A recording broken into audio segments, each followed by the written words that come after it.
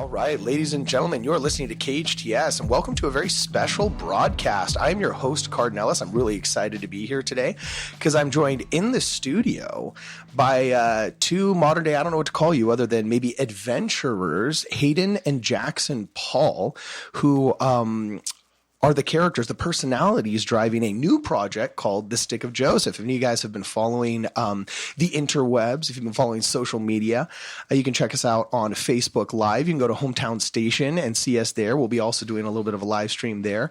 But there's been a lot of talk about around town about a really fun project we got going on here that also I was able to participate in as a director as well, called The Stick of Joseph.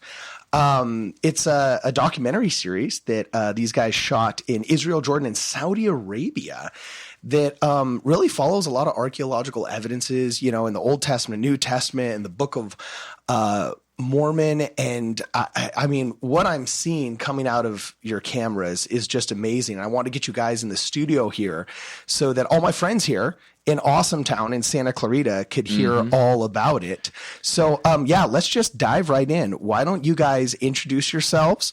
First off, welcome to Santa Clarita. Thank you. You know, what do you guys think? Was it everything? Is Southern California everything you thought it would be? Yeah, everything and more. Oh, and more? Okay, cool. What'd you dig? What was the more? The more is that it seems like there's a little bit more stable weather. Up in Utah, it's like 2 weeks ago we had 2 feet of snow, and then now it's 70 for now. But that's going to change real quick. Yeah, you know, that's always what people notice first. We are spoiled here, but I think the people are great too. Anyway, okay, so yeah, why don't you guys give us your background? Tell us who you are.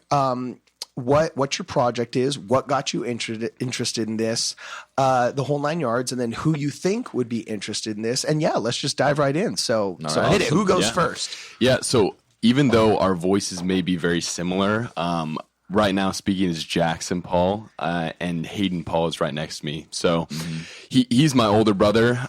He's 26, I'm 24, and we've kind of been making home videos all of our lives. Yeah, our dad was in film growing up, and so we've always loved, you know, making little movies and things like that. And yeah, and just growing up, we found a love for, you know, the ancient world and also a lot of things associated with Jesus Christ.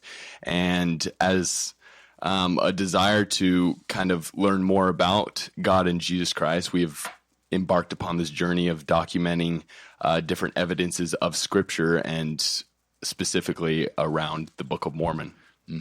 So yeah, our background, my background's in film. We both actually as well are United States Marines, so that's a part of our background. And we were raised, born and raised in Sandy, Utah, which is kind of just in the Salt Lake area. And yeah, that's a little bit about us. Okay. Awesome. So you guys have a history of film. You love film. Ever since your childhood, you've been making your own home videos, so on and so forth. There's some ridiculous ones on YouTube. Yeah. We showed you some last night. Yes, they were ridiculous. And you were raised in the Church of Jesus Christ of Latter-day Saints, a.k.a. Mormons. And you know, obviously trying to explore your own faith and see, hey, could this be true? You embarked on a journey trying to find some evidences. Yes. And from everything I've seen that we've shot, I find this project to be absolutely incredible. And I think all people of the book are going to love this. Santa Clarita has a very diverse audience. Part of the reason why I wanted to talk to everybody here is because this is something that I think all of my Jewish friends, my Christian friends, my friends that are members of the Church of Jesus Christ Latter-day Saints, they can all rally around this because it really does have a little bit of something for everyone. Because I think our society is absolutely drowning in this insinuation, this snarky insinuation that you're stupid if you believe. Like, whether, I don't know who Trojan horsed it first, whether it was atheism or secularization or so on and so forth. I think there's some strong arguments that there's positives for and against, but one of the things against where our society has turned is that we really kind of have this in the back of our mind, this insinuation that you're stupid if you believe. That you have to suspend disbelief extremely in order to believe that there's God or the Bible could be true or anything like that. And one of the things that I like about the project that you guys are doing is I'm looking at all of this footage and I'm looking at all these claims and these artifacts and these stories that you're coming up with, especially with this archaeologist, Jim Gee. And it really is showing how you don't have to be stupid if you believe. And you don't have to suspend disbelief to trust what some of these ancients were saying. I mean, that's not to say that we subscribe necessarily to this idea that, everything every ancient person wrote was not symbolic, but it does amaze me how much these evidences you're coming up with end up making ancient scripture, especially scripture from around 600 BC, like the Old Testament and the first chapters of the Book of Mormon are, how good it makes it look. It makes it come alive. Yeah, it not only just makes it come alive, which is always fun, but just I'll give you one example that piqued my interest, and then maybe you guys can talk about other examples in your project. But I was involved in a project once studying anachronisms, and there was this archaeologist who had published some papers. Let's explain. I'm going to explain anachronism because I didn't know what that was for a long time. Do tell. An anachronism, for anyone listening, is something that doesn't fit in the time period that it's said. So like if, for example, I was like, hey, George Washington, we have a letter from George Washington to Thomas Jefferson talking about how he subscribed to his YouTube channel. Then we'd be like, oh, that's obviously a fake letter because there wasn't YouTube back then. They only had MySpace, right? Yeah. So, just kidding. Yeah. If somebody comes up with a letter saying, oh, George Washington subscribed to my MySpace account, then obviously we know it wasn't of ancient origin. Actually, I shouldn't even say ancient, but it wasn't of historical origin, that it was a modern forgery and it was a fraud because obviously MySpace nor YouTube existed back then. With that said, I remember when YouTube had a star rating system. All right. I don't know if you remember this, Andrew. I don't know if you remember this, other guys in the studio, but I was there when YouTube was just a baby. Yeah. Okay. So shout out to anybody that remembers when you could actually rate the movie and the number one video was not political. It was shoes. And anybody listening that remembers shoes. All I have to say is shoes.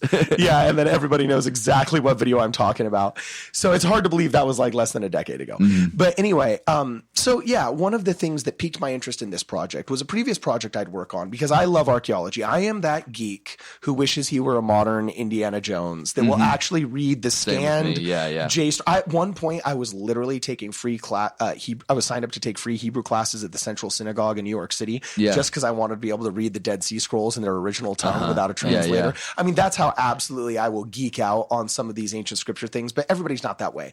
So anyway, I was involved in another project where there was a bunch of, academics basically talking down to anybody that believed the story of Daniel in the lion's den because, lions were an anachronism, that there were no lions in ancient Israel, that had to have been in either symbolic or a made up story or whatever. And what was so interesting is until only recent times, people actually kind of took that route. In their lack of archaeological evidence of any of the lions they were aware of being in the Holy Land in ancient Israel, they kind of thought, okay, well, it has to be that way until they started digging up ruins that actually had this species of lion that we now call the Eurasian or the Asiatic lion, which was like 3/4 the size of the big ones that we have now in the zoo, and apparently roamed all over Eastern Europe and down to Syria and Lebanon and Israel. But due to the fact that they unfortunately were a threat to the expanding human civilization, they were ultimately hunted out by the warrior class. And so all the people that actually believed Daniel and the lion's den because of a spiritual witness or a spiritual connection with the story ended up being justified and being shown that they weren't stupid because they believed. And I feel what's so interesting is your project, one of the reasons why I'm intrigued by it is because it really does open those doors showing, wow, you're not crazy for thinking, okay, Lehi traveled through the desert, made it to the Red Sea, came to the land bountiful, and then crossed the ocean. And those opening chapters of the Book of Mormon are just like in the Old Testament. It really does open doors. So why don't you just describe explanation of the Book of Mormon a little bit. So as we've kind of seen from the beginning of, I guess, when it was published, the Book of Mormon, the history of it is, we believe that in around 1820, a boy named Joseph Smith was visited by heavenly figures and was called as a prophet of God. And that calling included to bring to pass the restoration of the Church of Jesus Christ that he established on the earth with him at the head and 12 apostles. And a fruit of that calling was a translation of an ancient record of the inhabitants of the American continent. And which is now the Book of Mormon. Which is right? now Okay. the Book of Mormon. Okay. Mm-hmm. And so when this book was published, actually, there were many. 1830. In 1830. Since then to now, from 1830 to now, there's been about 204 anachronisms that have been brought up by the critics of the you would Book of say Mormon. Alleged anachronisms. They Exactly. were at the time when they made these claims. There weren't evidences for these 204 things, but since then, 170 of them have been proven to not be anachronisms. So that stands with only 34 more that exist. So this Joseph Smith guy, because here's the claim that he made, that there was an ancient book that was of ancient origins, and he translated by the power of God. And the book that he translated had 204 things that didn't exist at the time, at his time.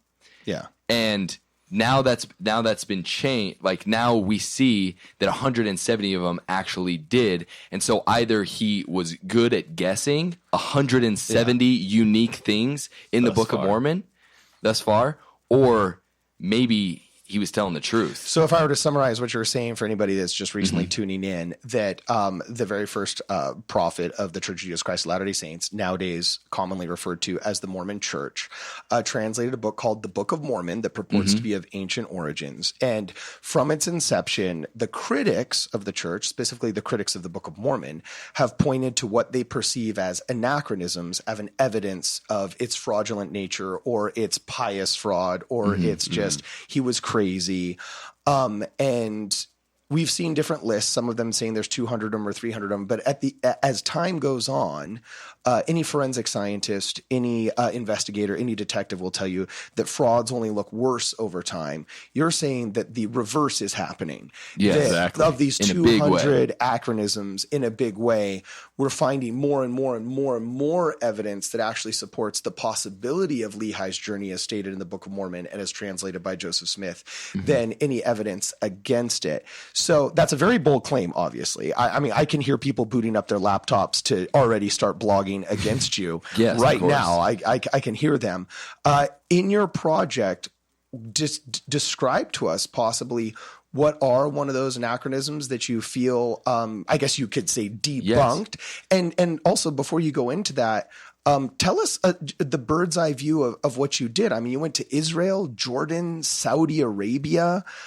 This was not a Boy Scout trip. No, you know what I'm far saying? from it. Like, so why don't you tell us what's your favorite anachronism that you kind of feel you debunked, and then give us an overview of the rest of the week you spent in Israel. Yeah, so the overview, I'll give the overview first, and then Jackson will share one of the cool anachronisms that was debunked in our series.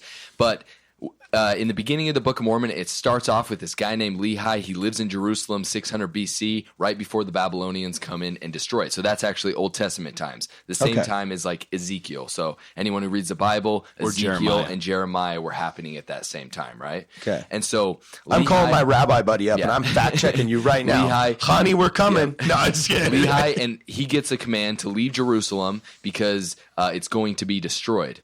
Now, so he leaves from Jerusalem, and he travels for around 10 years. We don't know exactly, but at least 10 years until he gets to the coast of the Arabian Peninsula, where he finds this tropical land that at the time when Joseph Smith made this, or when this claim was made in the Book of Mormon, everyone thought Joseph Smith was crazy for putting it in there, because there's no such thing as a tropical land on the Arabian Peninsula, and we'll talk a little bit more about that later. But he travels there, comes to the Americas, and then they populate the land and split off into the Nephites, Lamanites, and the rest is history. And the rest is history, right? So we started the beginning of that journey. We're going to continue it through Yemen and Oman later this year, but we went from Israel, Jordan, Saudi Arabia, traveled with camels, and visited the archaeological sites on the way. So if I understand you correctly, you're saying that if you actually read carefully the opening chapters of the Book of Mormon, there's enough clues of him stating where he went Yes. in what is now modern day Israel, Jordan, and Saudi Arabia. And what was the other place you mentioned? We're going to be going to Yemen and Oman. Yemen and Oman. Okay. So you can actually follow, I guess, what we would colloquially, oh man, that's always a word I can never pronounce.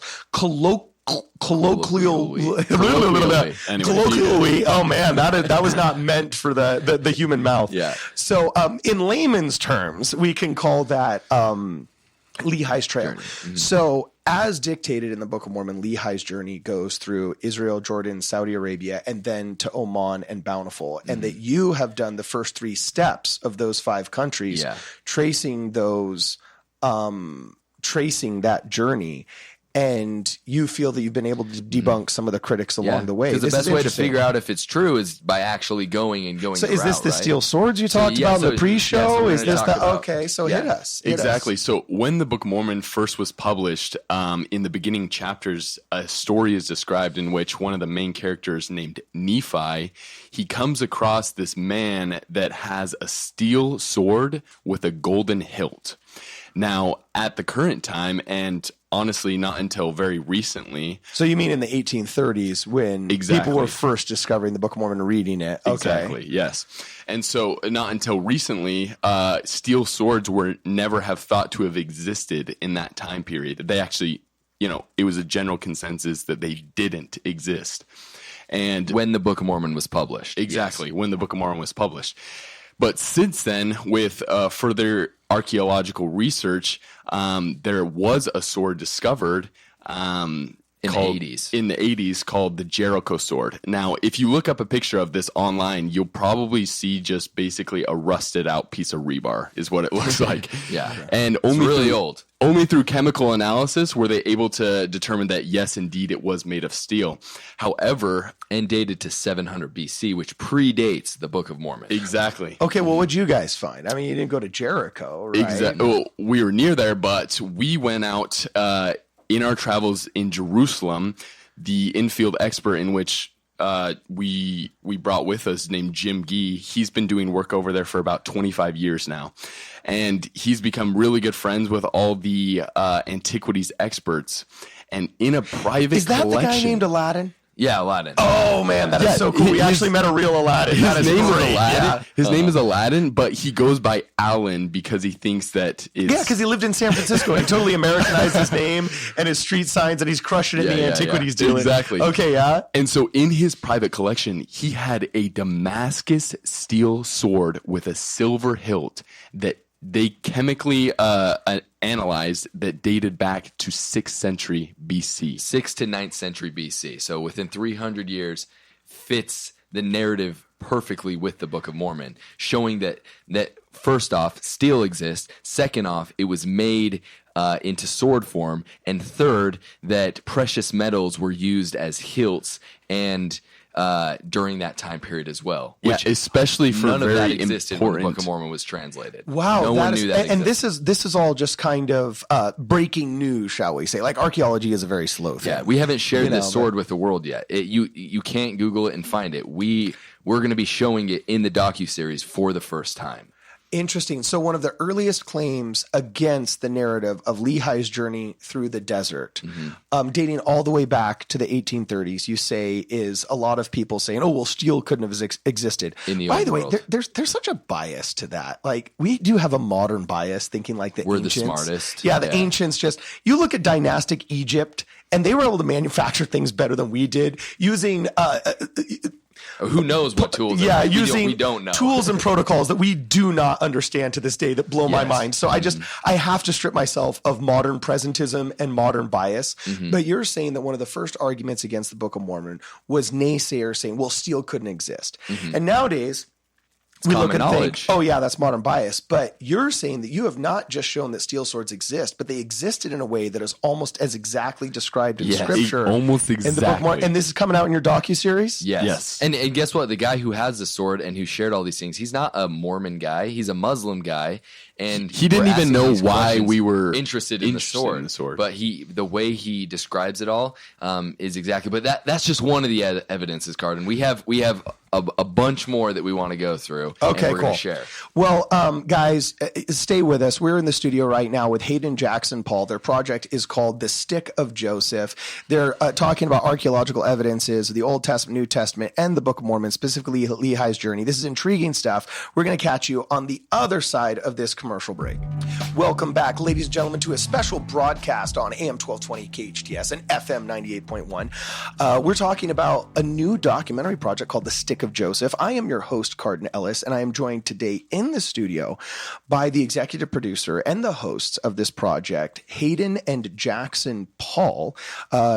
Before this commercial break, we were talking a little bit about some of the really interesting anachronisms they're debunking, some of the historical evidences of the Old Testament, New Testament, the Book of Mormon that they're coming up with, and it's been intriguing. We're gonna dive right back in, but before we do, I know you guys are members of the Church of Jesus Christ of Latter-day Saints, and supposedly they're like less than 1% of the population of all of California. I swear it's probably at least 3% of Santa Clarita. You know what I'm saying? But why do you think this would be of interest to just the average bear and the average listener? What is the draw? I can see why my Mormon buddies find this interesting, yes, but what would be the draw for the average awesome town listener? That's a great question, Cardon. And the answer to that is because the implications that this has on the rest of the Christian world, if the Book of Mormon is in fact what it purports to be, purports to be. You mixed proposes and purports. Purports to be. And supposes into propose, which was really awesome. The things that military guys can get away with. Exactly. So, anyway. So if it is in fact what it purports to be, another testament of Jesus Christ, that is groundbreaking for the rest of the Christian world. Because think about if you have your favorite movie, right? And then you find out that there's a sequel that has been made, but you had no idea about. Would you not do everything you can to go and watch that, right? Yeah. And so if the Book of Mormon is truly another testament of Jesus Christ, this is a sequel of sequels right the here, sequel right? of sequels. Okay, well, what do you say then? We'll just get the controversial part out of the way right away before you dive into your other cool list of anachronisms that you've allegedly debunked. Yeah. What would you just say to the person that just summarily dismisses it and says, I believe Joseph Smith was a fraud, therefore the Book of Mormon could be true, and this has got to be some kind of modern hoax or so on and so forth. What would just the elevator pitch of your project be to somebody that is kind of taking that tack that, can't be real? So what? Move on. For sure. So first off, I would ask the person, have you read the Book of Mormon? Because that is completely essential to be able to find out if something's true or false or whatever. Because in the Book of Mormon, it says that the crowning event of the Book of Mormon is a personal ministry of the Lord Jesus Christ among the people of the Americas. That's big news. After his resurrection. So if that's a possibility, you should probably read that record and see if it holds water. Second, I would say with the elevator pitch is a lot of the things that are said about Joseph Smith, about the Book of Mormon, are told in the most biased light. And I understand there's biases. Everyone has biases, but if you my only radio hear one career side, depends upon biases, for sure. Right? So no, I'm just kidding. No, and so hear both sides of the bias and then make a decision. Now, I've read all of the. I'm not going to say all of the critics, but I've tried to expose myself to as many critics of the Book of Mormon and as much literature that is critical towards the Book of Mormon as I can. And I've read the Book of Mormon.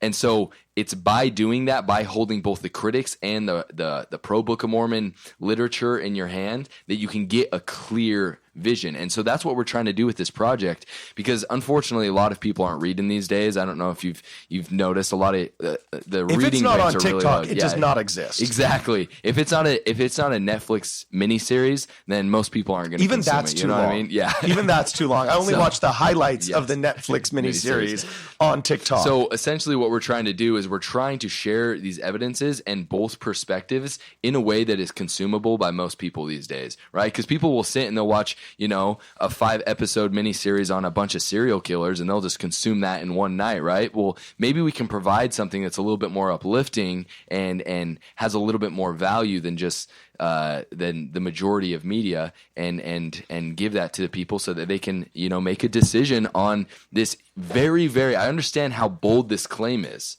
but at least take it seriously. And so what we're trying to do is show that there is enough preponderance of evidence that people should take it serious enough to at least read it and engage with the text. Hey, well, we love bold claims here in Santa Clarita. We literally call ourselves Awesome Town. Yeah, really? Yeah, That's a name for it? Yeah, like it's literally. I don't know if the Lego Is that movie just came you up or with does no, everyone? that's like literally. We make the bold claim that we are the best city in Los Interesting. Angeles Okay. County. So we dig bold claims. Now we get flack for it, but Same with us.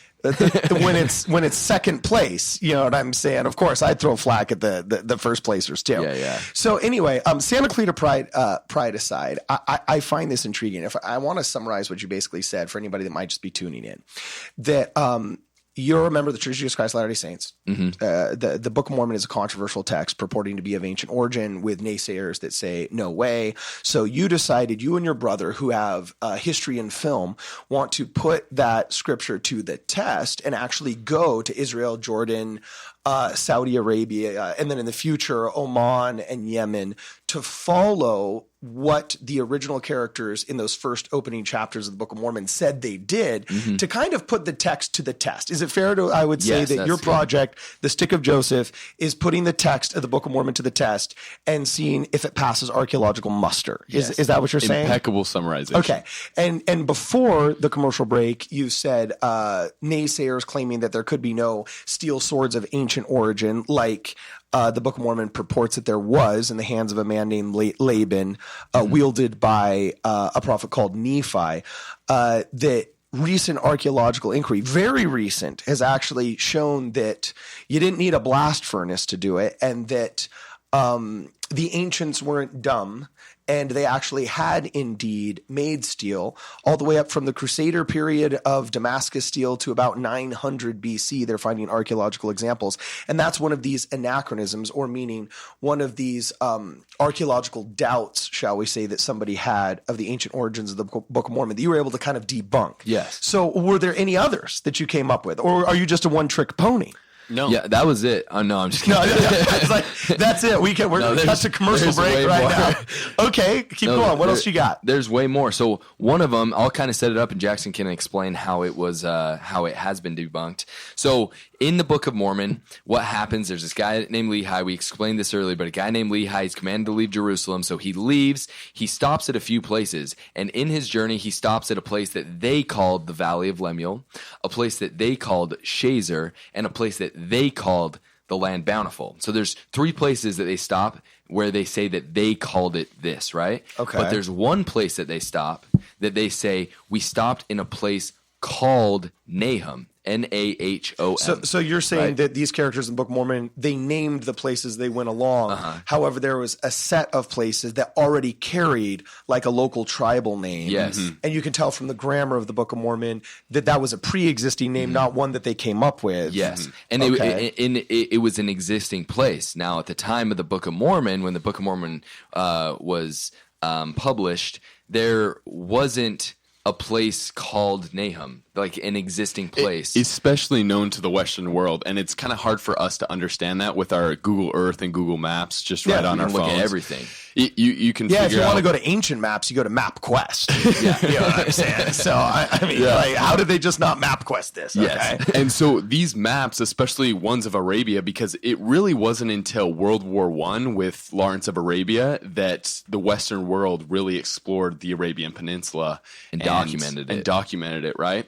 And so the maps of that region of the world were very expensive and few and far between, if any at all, in the Western world at that time. Would it be fair to Especially in say, America. Yeah, so would it be fair to say those were like the Lamborghinis of the day? That Exactly. if you had a map, it meant that you could You were afford it, ballin'. and you could Yeah. charge. Yeah, you were a baller. you were a baller. So okay, so the map makers were the Enzo Ferraris of their time. Because it was expensive. Think about And the- this. Dude. yeah, You had to okay. send someone across the world. They would spend years there drawing it out. Then they'd have to come back, etch their drawings into a piece of brass backwards, right? Because Okay. it had to be a mirror image. Then they would put ink on it, do an imprint, and then they would paint them. And so it's like so much effort and time was put into these. There really was just the wealthy that had access to maps at the time. So Nahum had been lost to the Western world. So how do There's no these exact- how do these so- old school super expensive maps debunk the naysayers of the Book of Mormon, you say? So then our infield expert, Jim Gee, who took us along this journey, he served as a missionary of the Church of Jesus Christ of Latter-day Saints many years ago, and he read an article about this phenomenon of Nahum having been an already established place, right? Okay. And so he decided right then and there that he was going to be the one to discover a map of Nahum. And so he set out and up until now has found 4 ancient maps, some that date back to even the 1700s, that have Nahum. Not necessarily ancient maps. They're not ancient maps. They're of the ancient world. Yeah, of the ancient world. These maps that date back hundreds of years that have Nahum not only in the same geographical place on each of these different maps, but in the same geographical place as described in the journey of the Book of Mormon. Oh, interesting. So if I understand you correctly, you're saying, okay, a lot of the naysayers of the possibility of Lehi's journey say, look, this had to have been a made-up story. It's all made up. Which means if it's a made-up story, then that would mean Joseph Smith would have had to have invented, or at least very luckily guessed, what's this place called again? Nahum. Okay. Would have had to have guessed not only the name Nahum, but where it was. That's like saying, for example, if I It's pretty understand crazy. correctly, that some guy made a book in 2135 about Southern California where he just correctly guessed that there was a town called Santa Clarita that he just correctly guessed was a 45-minute car drive north of Los Angeles, an hour and a half in bad traffic. And never saw a map of it. And never saw a map of it. Yes, Okay. never been there before. And then this archaeological researcher, Jim Gee, has since found not just one lucky guess, but multiple of these commissioned maps from what it sounds like they're coming from. A lot of them are from the 1700s, 1700s, but Gutenberg press time, they 1500s. used source maps that were from even earlier. So some of them, so like Carson Niebuhr, he was one of the French map makers. He went over there, and Nahum still kind of exists. It had mostly been disbanded and destroyed, but there was still a group of people that called themselves. Wait. So this is huge. So you're trying to say, that. Not ancient map makers again. We don't know when the term ancient starts. But when is the oldest map that this archaeological researcher found from?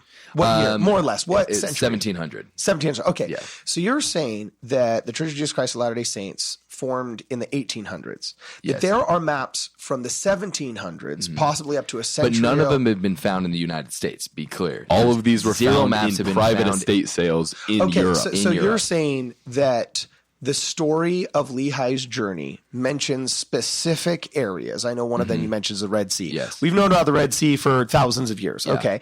But there's other smaller areas that are mentioned, just like the New Testament might mention Capernaum or might mention Syria, and the Old Testament might mention, Canaan or Lebanon or Jericho.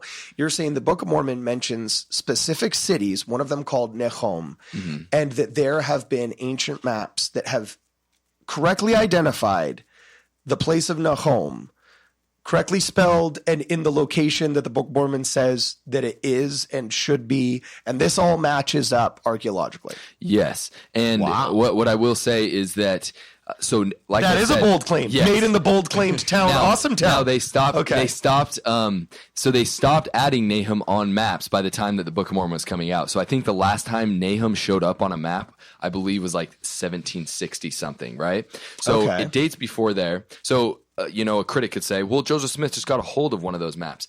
There has never been a map found in the United States that has Nahum on it that dates the 1700s. All of these maps that have been discovered have all been found in Europe. Well, also, you said and previously in the he was Middle East. 14 years old, right? I mean, that's a pretty How audacious did claim he to- get this super expensive map or get Maybe access he to was it? an early adopter of MapQuest. Anybody that remembers could have. MapQuest, I think, Maybe is he old did enough have. to remember, Yes. the And so it founding really of our is. country. It really But, is the guesses of guesses. That he so it, like to us, I would say that that's the most like smoking gun definitive evidence that the Book of Mormon was probably of ancient origin, that you can kind of lean towards that direction, because it really would be crazy to think that he just guessed the name, he guessed the location, and it just did it in sequential order from the beginning of the book, guessing all of these. So where is crazy Nahum spots. nowadays? So it's in modern day Yemen, and hopefully we're going to be going back there in September. It's a little rough. I was going to Yemen's say, a little now we're going beyond bold claims. I mean, Yemen, look, I saw, what was that one with Tom Cruise? Wasn't it off the coast of Yemen that he says, oh no, it was off the coast of Somalia. Says, it's kind of the same place. I am almost. the captain now. Yeah. Like, so in terms of just even more Captain BA, Phillips, right? yeah. Good thing you guys are Marines. Yeah, man. so Like, we're going to see if on? we can get into Yemen, because to also go along with the maps, there has been hard archaeological evidences of Nahum. So in the area where Nahum is shown on the maps, there have been altars that have been found with an inscription that says, "From the people of Nahum." So not only do we have maps that say it, but we have archaeological evidence that is hard archaeological evidence that hopefully doesn't get lost in the civil war that's happening there. That's why we're trying to get to Yemen, to be able to document it properly before the whole country gets destroyed because of the civil war. So you guys are like legit Indiana Jones / Tomb Raiders, but you're not raiding the tombs. You're just trying to get there and document before the Civil War. We're like the Walmart version of Indiana Jones. No, okay, the Walmart version. I would the prefer Kirkland brand. Kirkland signature. I think is a little bit more prestigious. A little more upper, you know what I'm upper saying? middle Or prestigious. class. Mm-hmm. Help us out here, Andrea. Is it pronounced prestigious or prestigious? What's your opinion? Prestigious? Yeah, I think that's the colloquial. There's the colloquial. Yeah, good job. Again, we're butchering this. So, if there's any question whether or not this programming is live, all right, there is your answer right there. Okay, so we only got 2 minutes left here. But you're claiming that all of this took you through Jordan, Israel, and Saudi Arabia. But then this is kind of like episode 1 and 2. You're going to go then to Yemen and Oman to finish tracing this journey and find even more of those evidences. It's going to get wild. Okay, so anybody that wants to tune in before we have to take another brief commercial break here, anybody that wants to find you guys and check out this project, how can they check it out? Go on YouTube. Our YouTube channel is The Stick of Joseph. Very simple. And then Instagram as well, The Stick of Joseph. You can follow us on there. And whether you are a follower or a critic, we want you to follow us. We actually want to hear it all, because we're not trying to purport and put forth our theories of geographical evidence and stuff like that, but we just want to seek out the truth. And so please contend with us. All right. This is a special broadcast of KHTS AM 1220 FM 98.1. I am your host, Cardon Ellis. We're joined in the studio by Hayden and Jackson Paul, talking about the Stick of Joseph. We will be back in a flash. All right. Welcome back, ladies and gentlemen, to KHTS. This is AM 1220 and FM 98.1. We're enjoying a special broadcast right now with the crew, the producers, and the hosts of The Stick of Joseph, a documentary that follows archaeological evidences, the Old Testament, New Testament, and the Book of Mormon. These guys just got back from Israel, Jordan, and Saudi Arabia, filming a whole lot of content for kind of a documentary miniseries they're putting together. And it's intriguing. In the first section, we're able to talk about some of the anachronisms, some of the naysayers against the Book of Mormon, and some of their claims of its inauthenticity, and then some evidences that they are, interestingly enough, kind of like a tennis match, we're able to send back over the net and debunk a little bit. And now they're going to finish and tell us how the rest of their journey is going to be in future episodes, and some of the things that they want to attack in the future. There's never enough time in the day to talk to you guys. This is some intriguing stuff. I totally love it.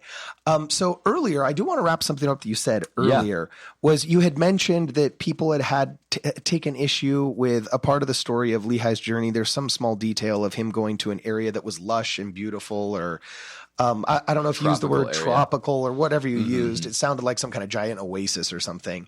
But that very small detail has raised the hair on the backs of some people's necks.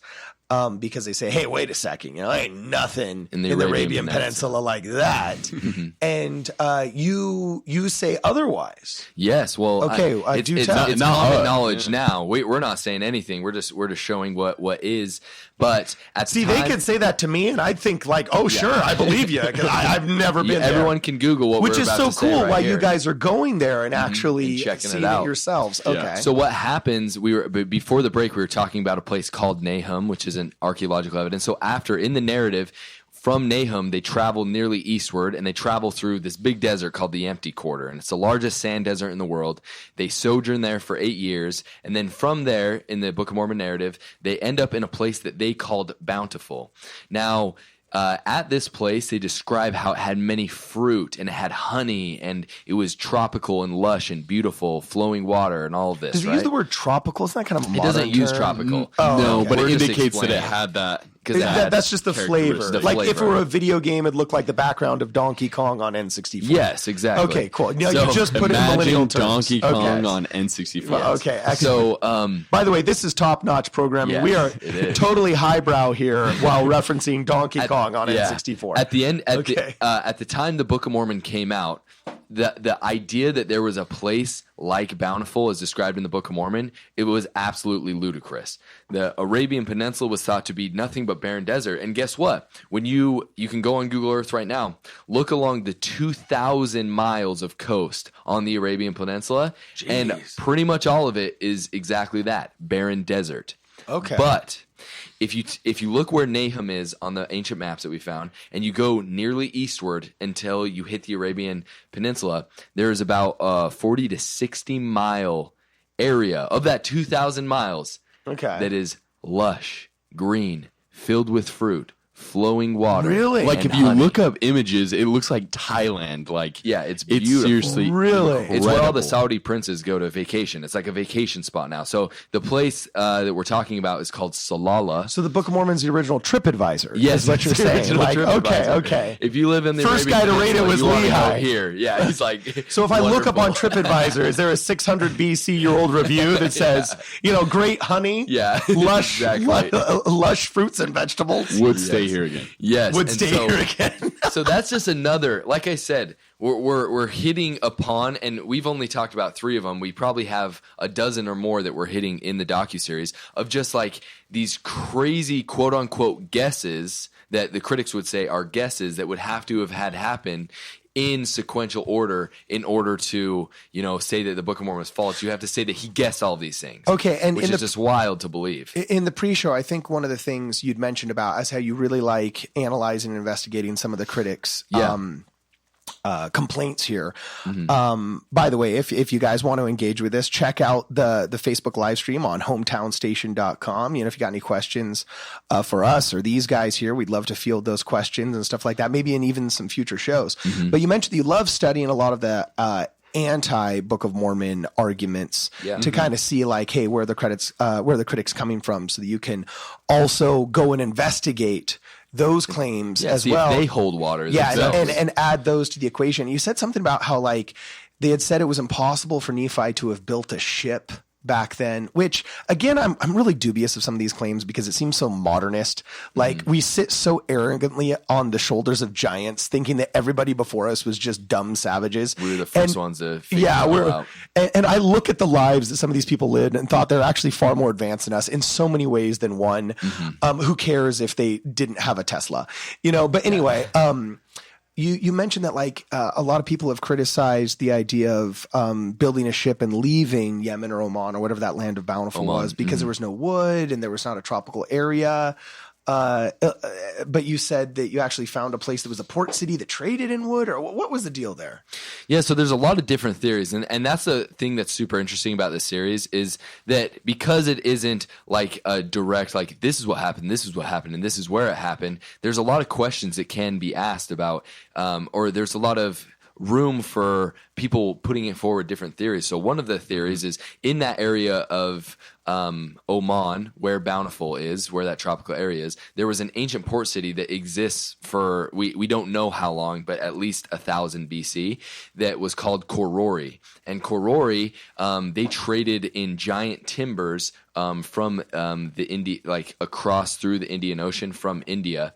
And they also worked in iron and steel and all of that in that area. They found tons of forges. So the idea that there would have been material there to build a ship, there would have been maybe even people to teach Nephi, Lehi, and his family how to build the ships and all that. Like it's a total possibility. And that's, at the end of the day, same with the Bible.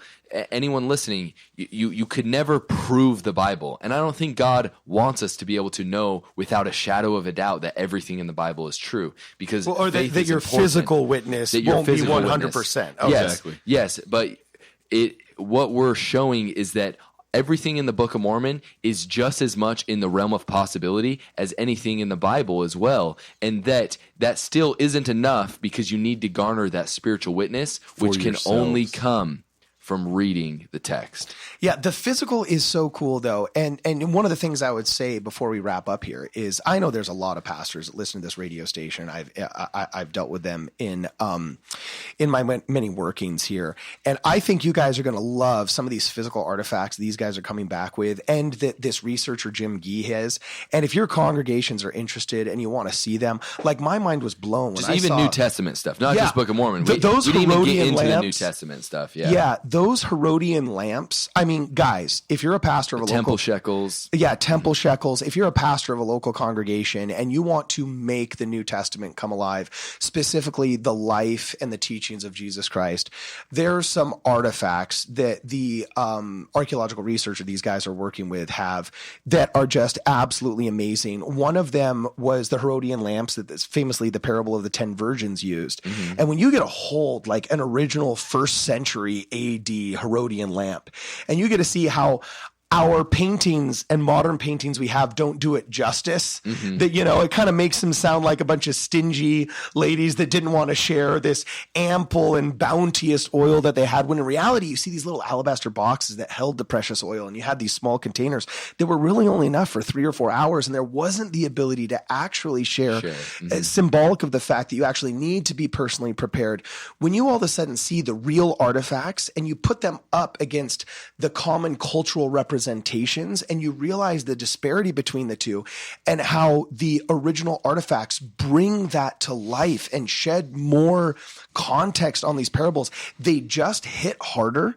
They hit different. Mm-hmm. They're deeper, and you feel so much deeper of a connection with the original scriptural text. It's an experience for youth that is second to none. So if you want to talk to these guys from the Stick of Joseph, and you're of the Jewish or the common Christian persuasion, I think there's a lot of common ground here that you guys would love to work with. Anyway, we got 30 seconds. Where can they find you? What's the .com? What's the YouTube channel?